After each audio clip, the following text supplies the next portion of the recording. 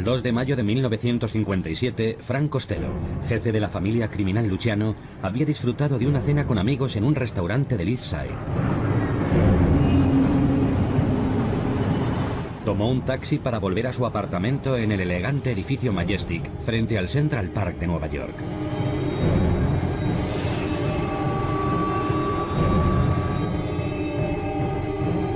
Cuando Costello entró en el vestíbulo, un individuo corpulento salió de las sombras, levantó el brazo y dijo: Esto es para ti, Frank.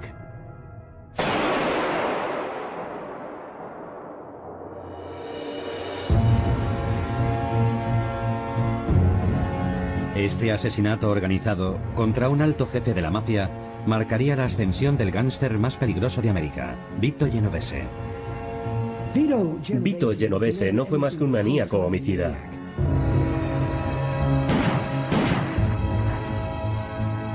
Fue el gángster más despreciable que haya deambulado por esta ciudad.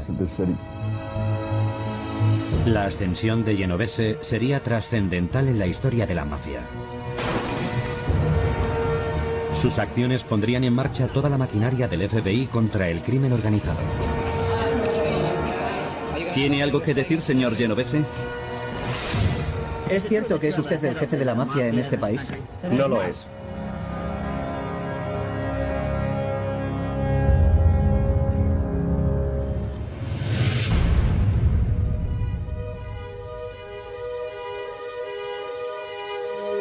Vito Genovese llegó a Nueva York desde Nápoles cuando tenía 15 años. Se unió a los miles de inmigrantes italianos que arribaron a las costas de la ciudad a comienzos de siglo. Genovese creció en los barrios marginales de Nueva York. Desde el principio se introdujo en las terroríficas bandas callejeras gobernadas por medio de la violencia. Nunca cambió. Genovese era un producto de las cloacas de Nueva York. Estaba constantemente en conflicto. Todo tenía que resolverse con el cañón de una pistola. Los informes policiales muestran que en el transcurso de los siguientes 10 años, Genovese fue acusado de asesinar a un hombre en Queens, de atropellar y matar a un hombre en Brooklyn, de llevar un revólver enjaretado en el cinturón, en el Lower East Side, y de asesinar a otro matón.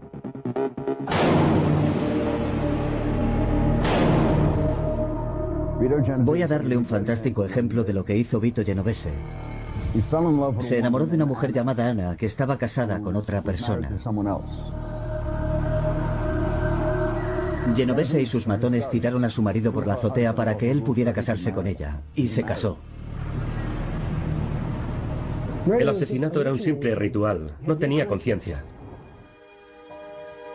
Su instinto asesino no pasó desapercibido. A mediados de los años 20, Genovese trabajaba como sicario para el mayor jefe de la historia de la mafia, Charles Lucky Luciano.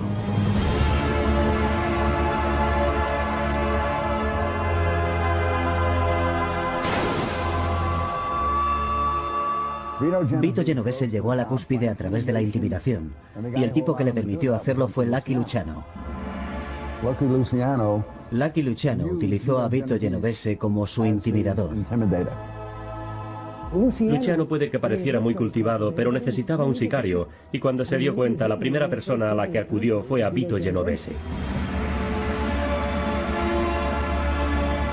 En 1931, Genovese fue reconocido como brazo derecho y subjefe de Lucky Luciano. Fue uno de los sicarios clave enviados por Luciano a asesinar al jefe rival Giuseppe Masseria.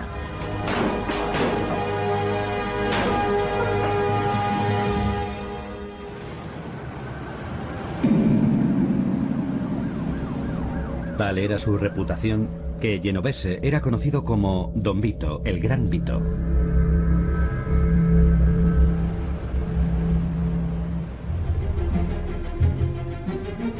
En 1936, Genovese tuvo la oportunidad de ocupar el puesto más alto.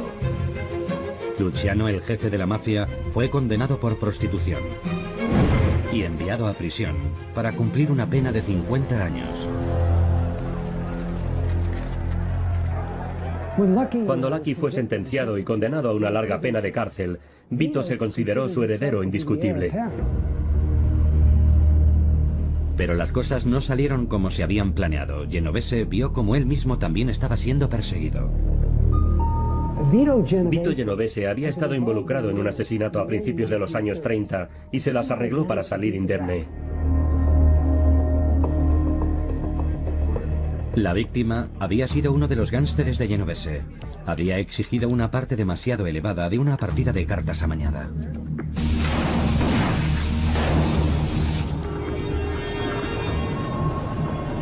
Ahora un informador decidía declarar y apuntó con su dedo a Genovese como el hombre que había ordenado el asesinato.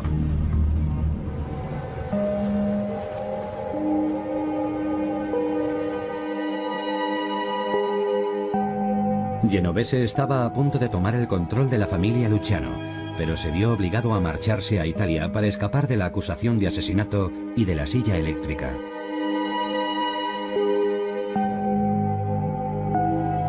Con Genovese fuera de la escena, Luciano envió un mensaje desde su celda para que Frank Costello ocupara el puesto de jefe.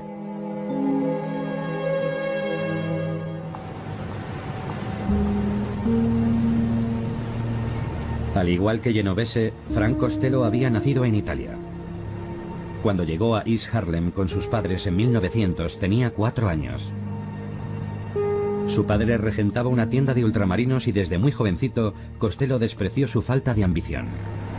Aborrecía la forma en que su padre deseaba establecerse para llevar una vida de pobreza.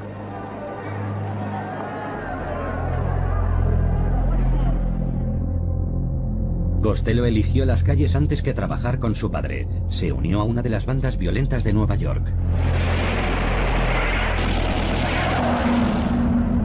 En 1915, Costello fue arrestado y condenado a 1 año de cárcel por portar un arma de fuego.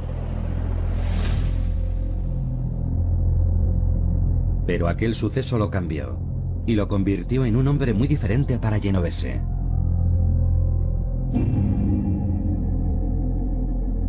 Tras su excarcelación, Costello decidió utilizar su inteligencia y no las balas para salir adelante. La gente con la que trabajaba tenía tendencias violentas casi por definición, y él comprendió que los asesinatos eran malos para el negocio. Él nunca sería un asesino a sueldo, un sicario o un gorila. Era un gángster gentleman, nunca iba a ser un matón. Se dedicó al negocio de las máquinas tragaperras. En la década de 1930, Frank Costello era conocido en los bajos fondos como el rey de las tragaperras. Sus máquinas tragamonedas estaban recaudando $500.000 diarios. Ganaba millones y aquello lo situó. Era conocido por su capacidad para hacer dinero y no como un tipo que tenía que salir a cometer asesinatos o crímenes violentos. Con Genovese ausente, Frank Costello era un hombre muy poderoso. Ahora era el jefe de la mafia de Nueva York, la familia criminal más grande de América, con más de 400 soldados bajo su mando. Costello sustituyó sin dificultades a Luciano y continuó añadiendo miles de millones de dólares a las fortunas de la familia.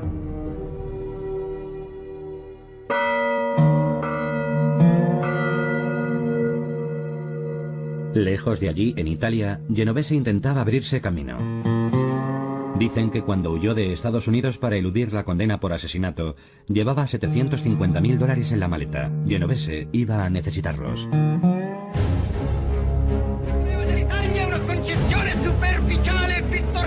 Benito Mussolini, líder del Partido Nacional Fascista de Italia, era un ferviente opositor de la mafia siciliana. Aunque Genovese pronto descubriría que estaba abierto a ofertas. Intentó ganarse el favor de Mussolini proporcionando dinero, haciendo donaciones para la construcción de edificios fascistas. Consiguió que se llevara a cabo un asesinato beneficioso para Mussolini en Nueva York. Había un periódico que criticaba de forma persistente a Mussolini. Mussolini fue a ver a don Vito Genovese, que transmitió el mensaje a sus sicarios en Nueva York. Mataron al editor. Como recompensa por las donaciones y servicios de Genovese, Mussolini le concedió un título de caballero. Por supuesto, Mussolini era conocido por matar a mafiosos, así que nunca pudo relajarse.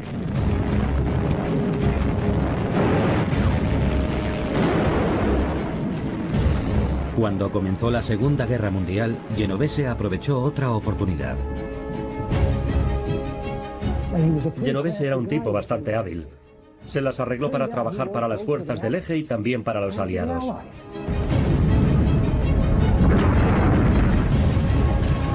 Cuando los americanos invadieron Sicilia en 1943, Mussolini fue derrocado. Así que Genovese cambió rápidamente de bando. Se convirtió en intérprete y asesor del gobierno militar estadounidense. Pensaban que les estaba haciendo un favor, pero lo que hacía era dirigir una trama de mercado negro. Robaba suministros de las bases militares, corrompiendo a oficiales del ejército, y los vendía en el mercado negro en Italia.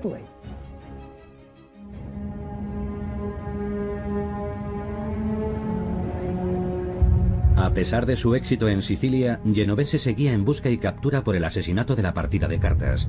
La policía de Nueva York tenía nuevas pruebas que le incriminaban. Un hombre llamado Peter Latempa declaró que había oído a Genovese planificar el asesinato. Se encontraba en detención preventiva como principal testigo contra Genovese. Las autoridades estadounidenses apresaron finalmente a Genovese en Nápoles en agosto de 1944.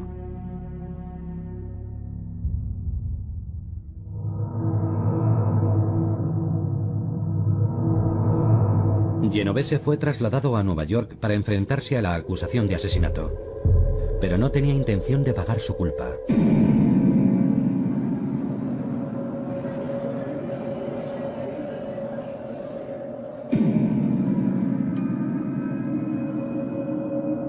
El 16 de enero de 1945, Latempa se quejó de que sufría un problema de cálculos biliares. Los guardias encargados de su custodia le dieron calmantes para el dolor. 2 horas después, estaba muerto. El toxicólogo que examinó su cadáver señaló en su informe que le habían administrado suficientes sedantes como para matar a 8 caballos.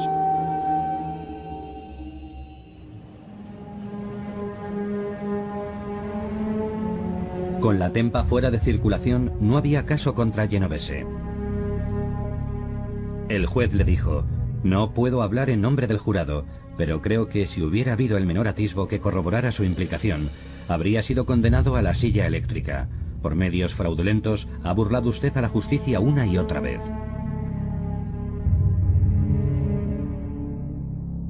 Genovese fue absuelto.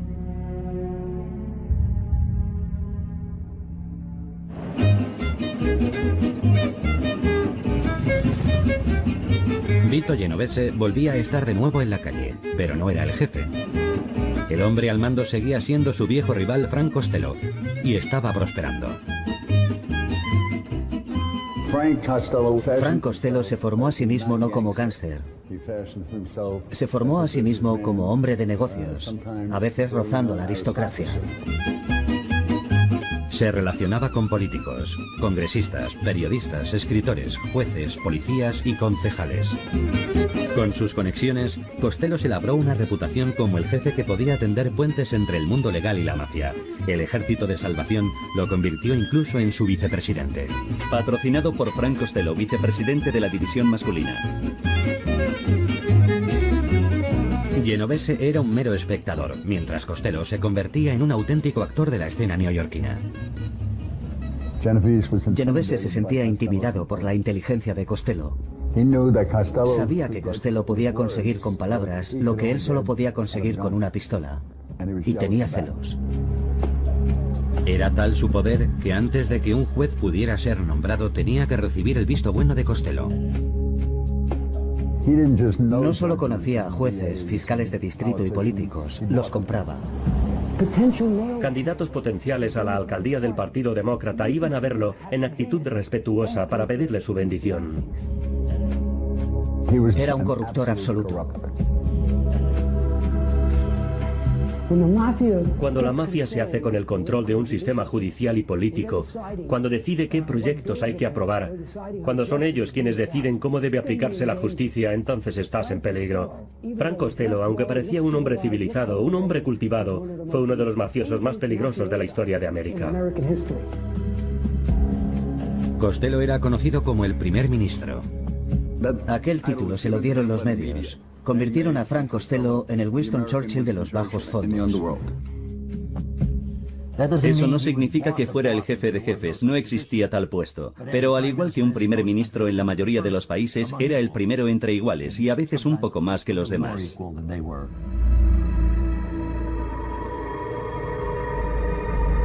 Genovese parecía estar fuera de juego, pero se dio cuenta de que Costello estaba cometiendo un grave error. Prefería tratar solo con los hombres importantes e ignoraba a los modestos. Frank Costello descuidaba a la tropa. Frank Costello solo se preocupaba por los capos. Y en italiano, capo significa capitán. Miembros de bandas que habían sido leales se quejaron. Habían sido olvidados. Costello no les había favorecido. Genovese vio en aquel resentimiento su oportunidad para comenzar a socavar el liderazgo de Costello. Los soldados, los sicarios de la familia, sabían que Vito Genovese era un tipo auténtico.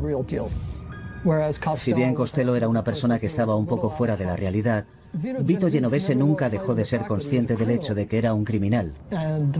Y Frank Costello sí dejó de ser consciente de ello.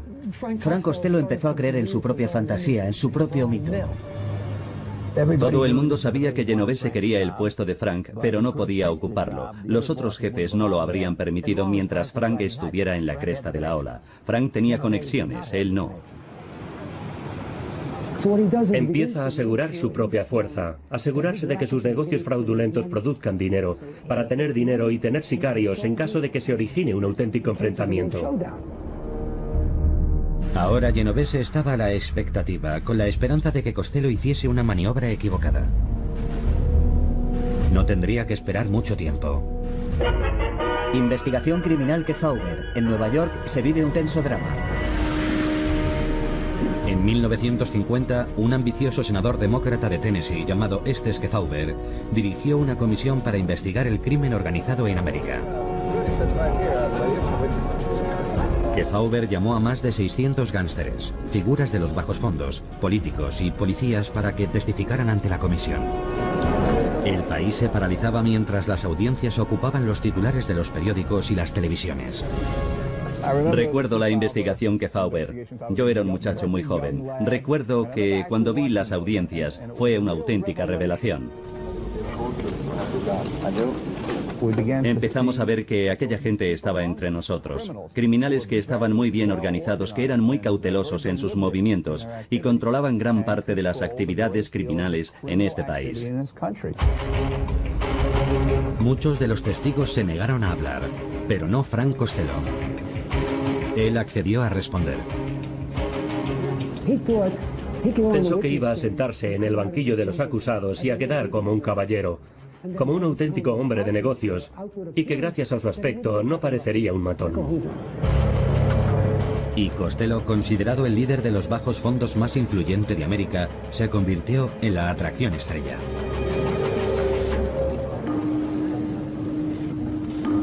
Pero entonces Costello cometió un error de cálculo. Sorprendió a todo el mundo insistiendo en que su rostro no debía verse en televisión. El comité dio instrucciones a los presentadores televisivos para que respetasen su petición. La televisión no ha mostrado ninguna imagen, señor Costello.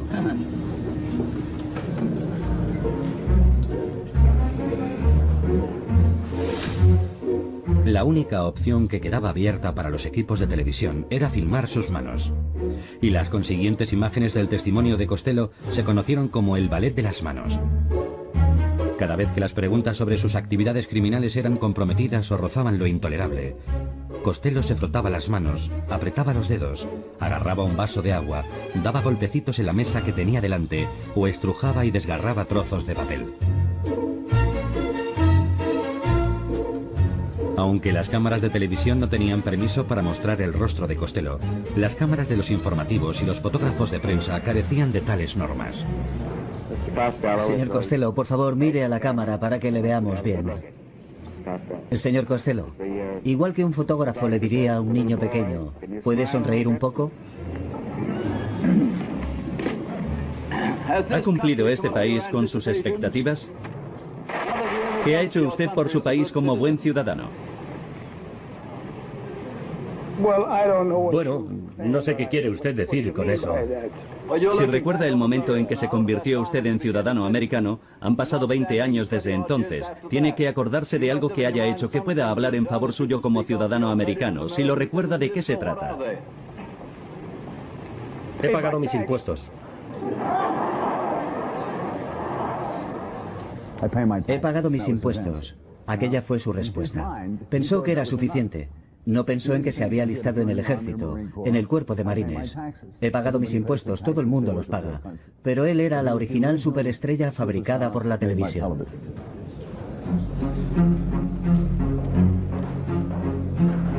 Ridiculizado y humillado, Costello se negó finalmente a responder a más preguntas y presentó una nota de su médico. Es un certificado de un médico que ha examinado al señor Costello esta mañana. Muy bien. No estoy en condiciones de testificar. Hasta que vuelva a estar bien. ¿Se niega a testificar públicamente? Absolutamente. Cuando testifique, quiero hacerlo honestamente. Y ahora no puedo, mi mente no funciona.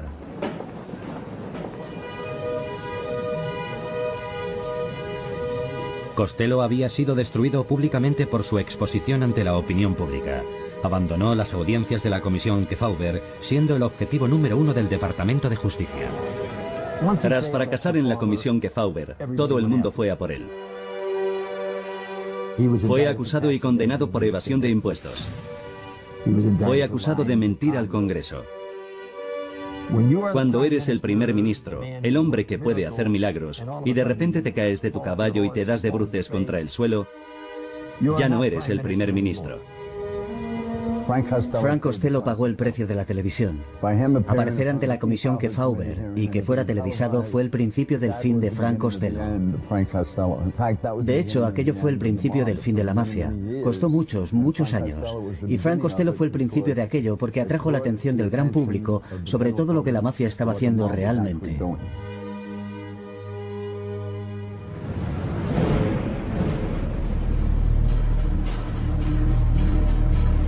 Sin embargo, el fracaso de Costello fue una buena noticia para un mafioso. Vito Genovese. Él iba a sacar el mayor provecho posible de ello. Una de las cosas que hace es empezar a golpear, matando a los sicarios de Costello.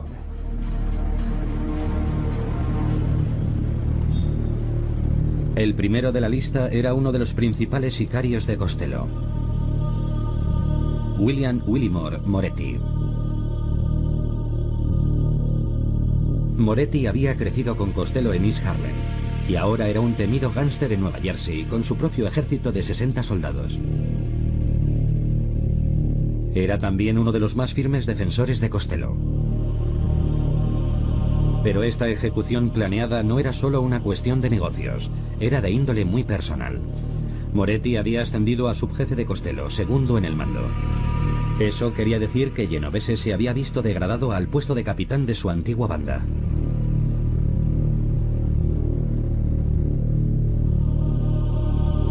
Genovese había elegido bien su objetivo.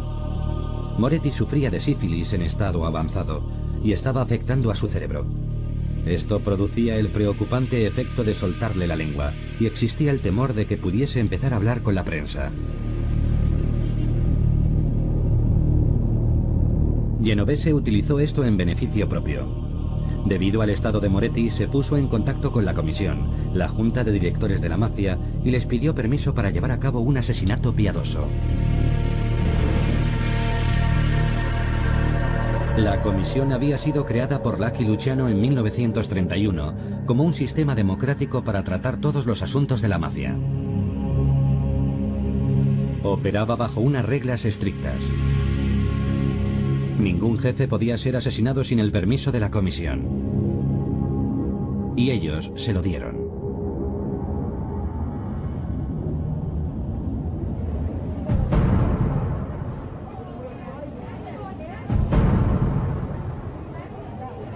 El asesinato tuvo lugar la mañana del 5 de octubre de 1951, mientras los neoyorquinos de a pie se dedicaban a sus quehaceres cotidianos.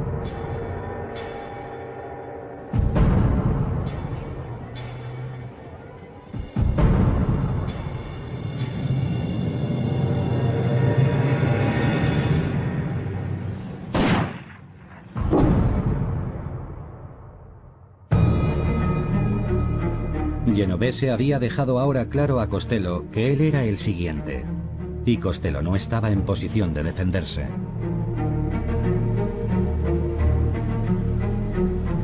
Se encontraba enzarzado en una continua batalla legal con las autoridades estadounidenses por desacato a los tribunales e impago de impuestos. Durante los 6 años siguientes, Costello estuvo entrando y saliendo de la cárcel. Cuando salió bajo fianza en marzo de 1957, Genovese se decidió por fin a actuar. Intentó obtener el visto bueno de la comisión para matar a Costello. Pero la comisión no se lo concedió. Así que Genovese decidió asesinarlo de todos modos. Genovese comenzó a estudiar los hábitos de Costello. A sus 66 años, Costello seguía como siempre acudiendo en taxi o a pie a las distintas reuniones que mantenía en la ciudad, sin la protección de guardaespaldas ni coches a prueba de balas. Eso le convertía en un objetivo fácil. Otros tenían un ejército de guardaespaldas, pero Costello decía, si van a matarte, serían los primeros a los que sobornarían. Genovese encargó el asesinato a Vincent Gigante, un antiguo boxeador profesional al que había contratado como chofer. Era un auténtico matón, un tipo duro, capaz de matarte a la primera de cambio. Era el vivo reflejo de Genovese. Por eso le gustaba. Era un asesino despiadado.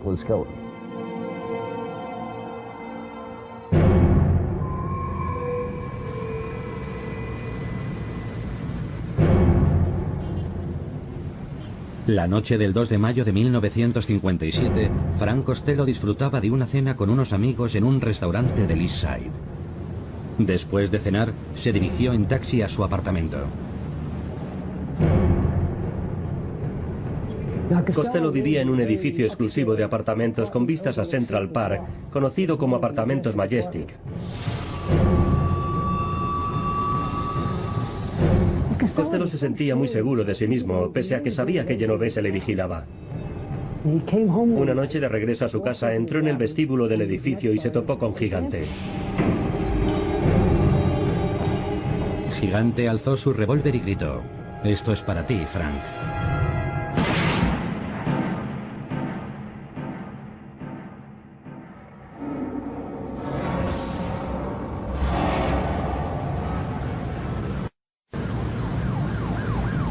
Costello estaba cubierto de sangre cuando llegó al hospital Roosevelt, pero la bala solo le había rozado el cráneo. Uno de los principales soldados de Genovese, Joe Balaki, señaló más tarde que Gigante había desperdiciado un mes entero practicando. Existe un cierto debate respecto a si Gigante falló a propósito o simplemente lo hizo por ineptitud. Yo me inclino por lo segundo. Sencillamente falló. Pero en la mafia existe una regla. Si fallas en un primer intento, no vuelves a intentarlo.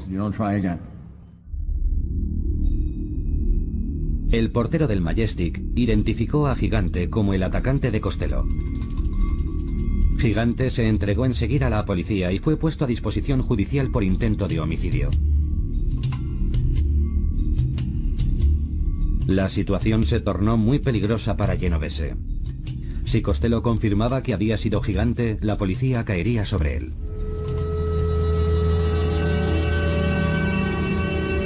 Sin embargo, en el juicio, Costello cumplió el código de silencio de la mafia, la omertá, y declaró al jurado que no reconoció a Gigante.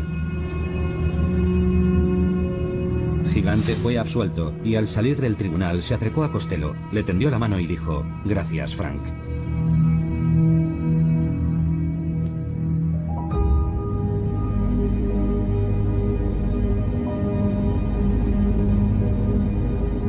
Genovese sabía que estando con vida, Costello representaba una amenaza mortal para él, y llegó a sus oídos que se estaba reuniendo en secreto con Su Alteza el ejecutor de la corporación del asesinato, Albert Anastasia. Revólveres, picahielos y cuerdas para estrangular eran sus principales activos. Era un hombre duro y despiadado, completamente distinto a Costello, al que le unía sin embargo una buena amistad.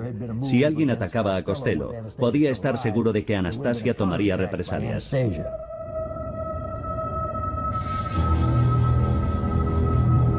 Genovese decidió golpear primero. El problema era tener acceso a Anastasia.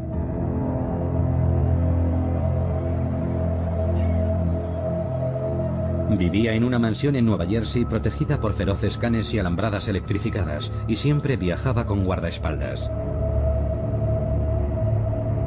Genovese necesitaba a alguien en el interior, así que contactó con Carlo Gambino, entonces un ambicioso lugarteniente de Anastasia. Le convenció de que ambos estarían mejor si Anastasia moría.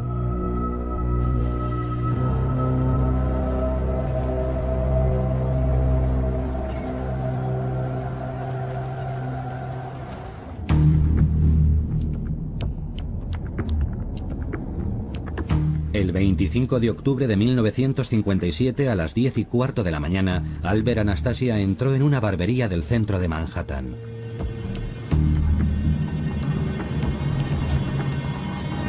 Sus guardaespaldas aparcaron el coche en un garaje subterráneo y salieron a dar un paseo. Anastasia cerró los ojos y se relajó en la silla del barbero. Dos hombres trajeados, con la mitad del rostro oculto por sendas bufandas, se colocaron a su espalda.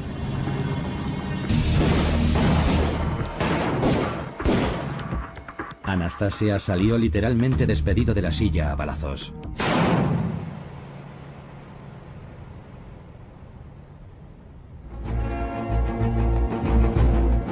Genovese pasó entonces a la acción.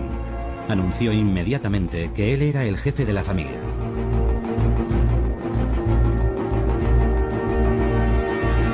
Y acto seguido se volvió hacia su viejo adversario, Frank Costello. Costello supo lo que eso significaba. Su tiempo se había acabado, su reinado había llegado a su fin, y si no se rendía sería asesinado. Genovese despojó a Costello de todos sus bienes e intereses relacionados con el juego en Las Vegas, Florida, el Caribe y Nueva York. Y perdonó la vida a Costello con la única condición de que se mantuviera al margen y no volviera a involucrarse nunca en el fraude organizado. Costello envió un mensaje a Vito Genovese. Don Vito, es todo suyo. Está usted al mando.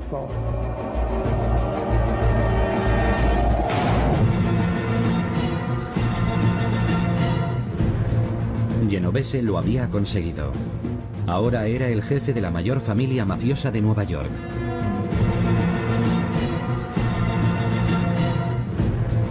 Pero también tenía graves problemas.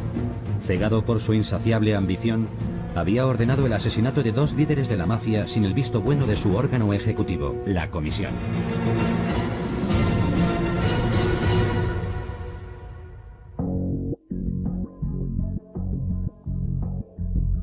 Y había hecho algo más, que incomodó a algunos de sus miembros. Genovese se había metido de lleno en el negocio del tráfico de drogas. Pensó que el negocio de los narcóticos era beneficioso para la mafia. Dentro de la familia, Luciano era el encargado del tráfico de drogas. Pero el Congreso de Estados Unidos acababa de aprobar leyes antidroga más duras, y muchos jefes mafiosos estaban preocupados por las consecuencias. El tráfico de drogas era muy perseguido. Y cuando digo perseguido me refiero a que si traficabas con drogas y te empapelaban, te enfrentabas a una larga pena de cárcel. Y muchos acababan cantando y convertidos en soplones. Te podían caer hasta 30 años. Pensaban que si se alejaban de las drogas, podían evitarlo.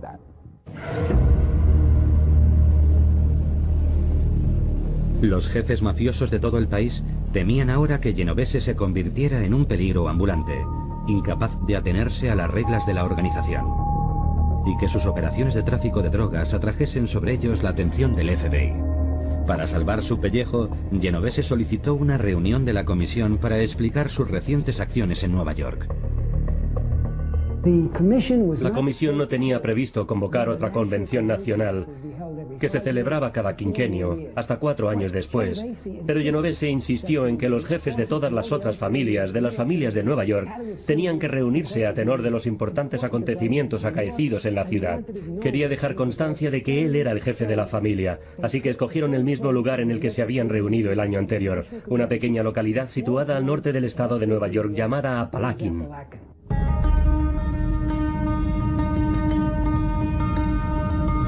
Aquel terminaría siendo el mayor error en la vida de Genovese.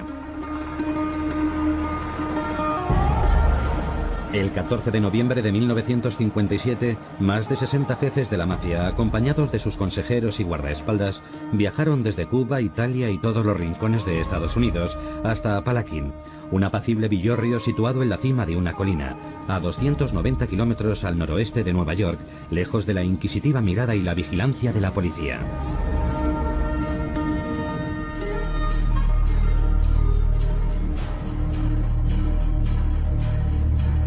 Apalachin era el lugar de residencia del jefe de la mafia, Joseph Barbara.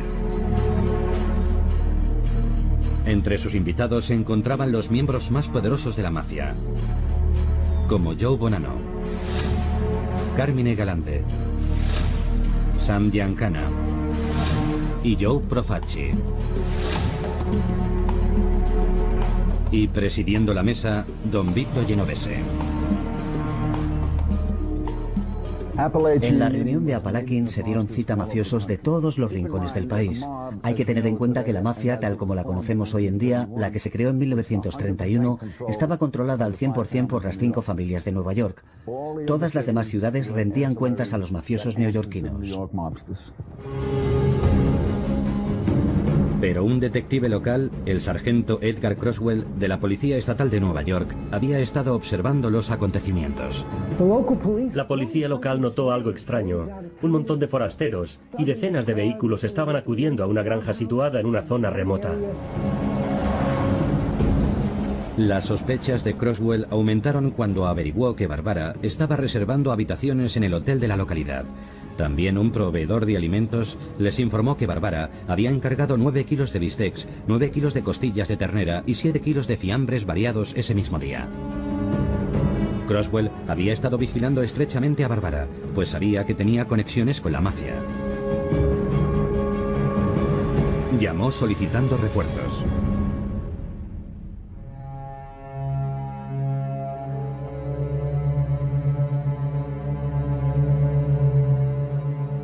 Recibimos una llamada. Envíen todos los refuerzos que puedan a Apalachin. Está ocurriendo algo importante. Croswell ordenó a sus hombres que rodeasen la casa. Había mucha gente que pensaba que era gente de Lampa y que íbamos a detenerlos. Cuando los invitados se dieron cuenta de lo que ocurría, cundió el pánico.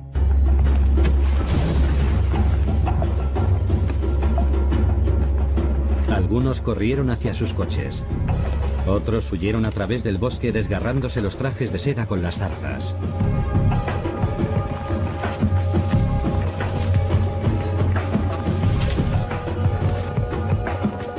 Croswell envió a sus hombres tras ellos. Vimos a un sujeto. Estaba de pie en el porche trasero de una casa, pero llevaba puesto un vistoso sombrero Hamburg y un elegante abrigo con cuello de piel. Nos dimos cuenta de que aquello no encajaba. Así que entramos, los redujimos y los metimos en el coche patrulla.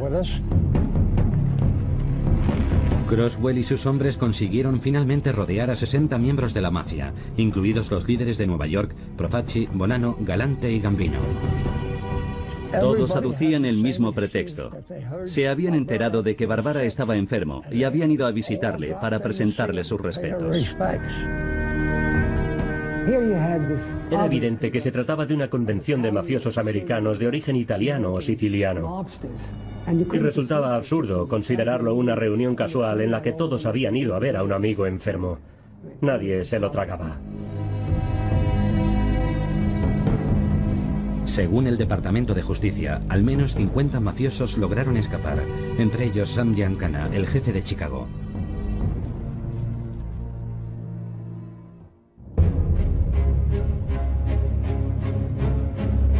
La reunión de Apalachin fue la mayor redada efectuada por la policía estadounidense, y la mafia no volvería a celebrar ninguna de esa envergadura. En lugar del momento triunfante en el que Genovese debía anunciar a la comisión su ascenso al liderazgo de la familia criminal Luciano, los había expuesto a todos a las autoridades.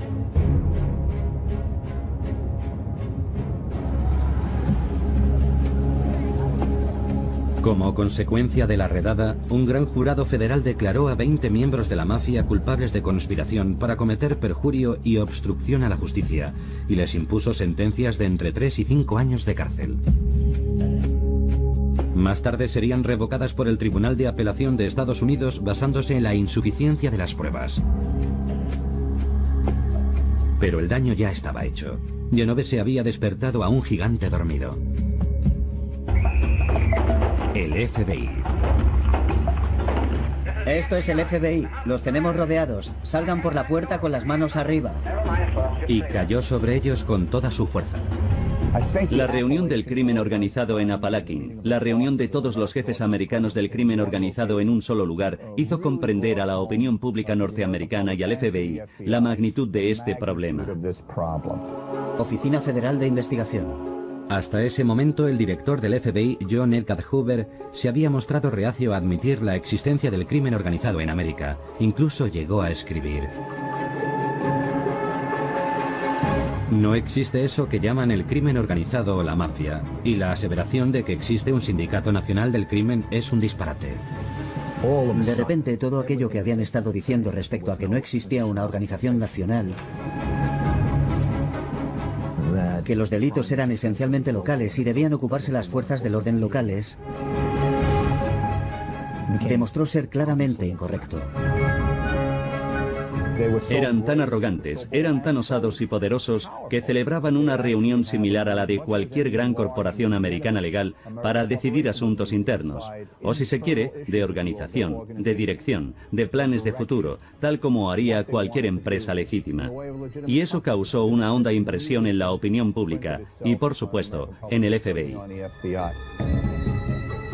Fue un suceso clave para el FBI. Si hubo un momento en el que quedó absolutamente claro que tenían una labor que cumplir, que no habían estado desempeñando, fue ese.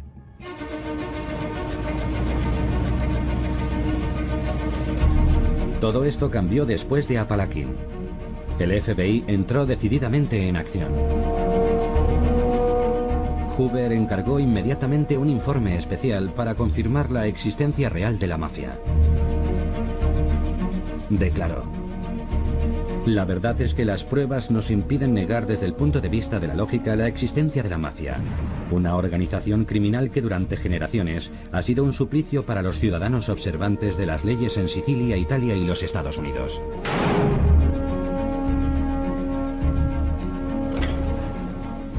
Después de la reunión de Apalachin, la obtención de información de inteligencia sobre el crimen organizado quedó institucionalizada en el seno del FBI.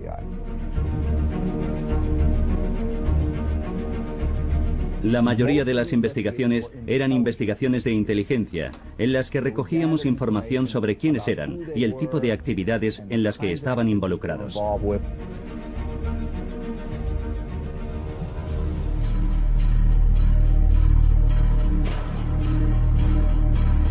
Como resultado de la redada en Apalachin, la Oficina Federal de Narcóticos recibió instrucciones para centrarse en Vito Genovese, en su lucha contra el tráfico de drogas.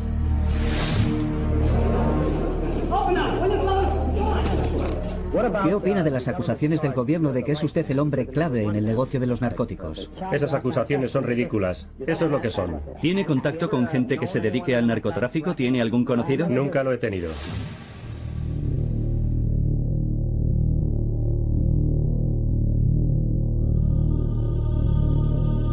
El 17 de abril de 1959, el hombre cuyas actividades criminales habían quedado impunes durante tanto tiempo fue atrapado en un tribunal federal de Manhattan.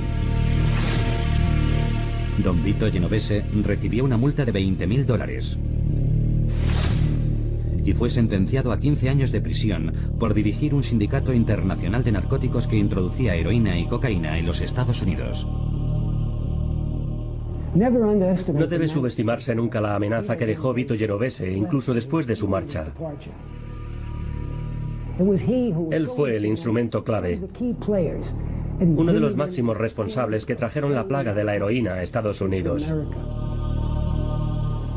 Sin él puede que nunca hubiese ocurrido. Fue él quien abrió esas oportunidades que la mafia utilizaría para la distribución a gran escala en las ciudades del interior y en las grandes ciudades como Nueva York o Chicago.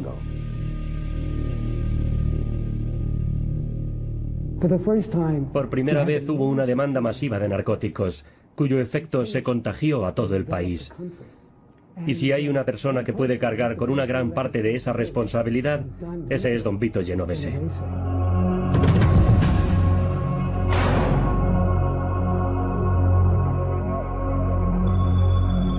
Vito Genovese continuó dirigiendo su organización, sin oposición, desde su celda en la cárcel.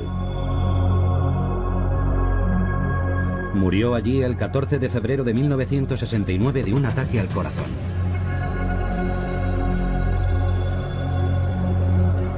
Su legado fue dejar tras de sí la organización mafiosa más poderosa de América, que aún lleva su nombre en la actualidad.